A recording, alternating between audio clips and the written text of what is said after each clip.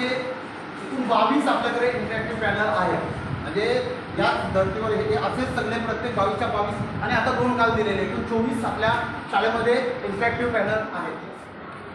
त्याच्यामध्ये आपल्याला बघा प्रिंटर आहे, कलर प्रिंटर आहे, ही झेरॉक्स मशीन आहे इथं.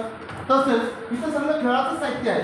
हां, हे खेळाचं साहित्य आहे. बॅट्स बघा, हे रॅकेट आहे, हे पूर्ण रिंग आहे, ते सगळ्या प्रकारचे लगोरीचे आहे. इथं मोठे बॉल आहेत.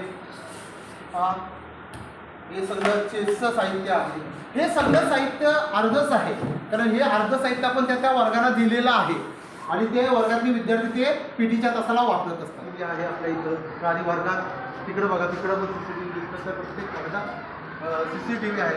बरोबर एकूण 58 CCTV आपल्या पूर्ण शाळेच्या परिसरात आसपास काम करत आहेत आणि प्रत्येक हालचाल या आपलं पिण्याचं पाणी आहे. ॲक्वा वरती आहे, त्याचं हे पाणी आहे, हे पिण्याचं पाणी आहे. तसेच लगेच इथं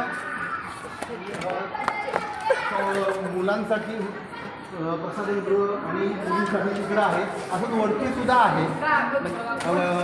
हे ग्राउंड फ्लोअरचं आहे, वरती फर्स्टला पण आहे आणि सेकंडला सुद्धा असंच बाथरूम. इथं आपल्याला नवीन आता हे आपण स्वच्छतागृह बांधलेलं आहे.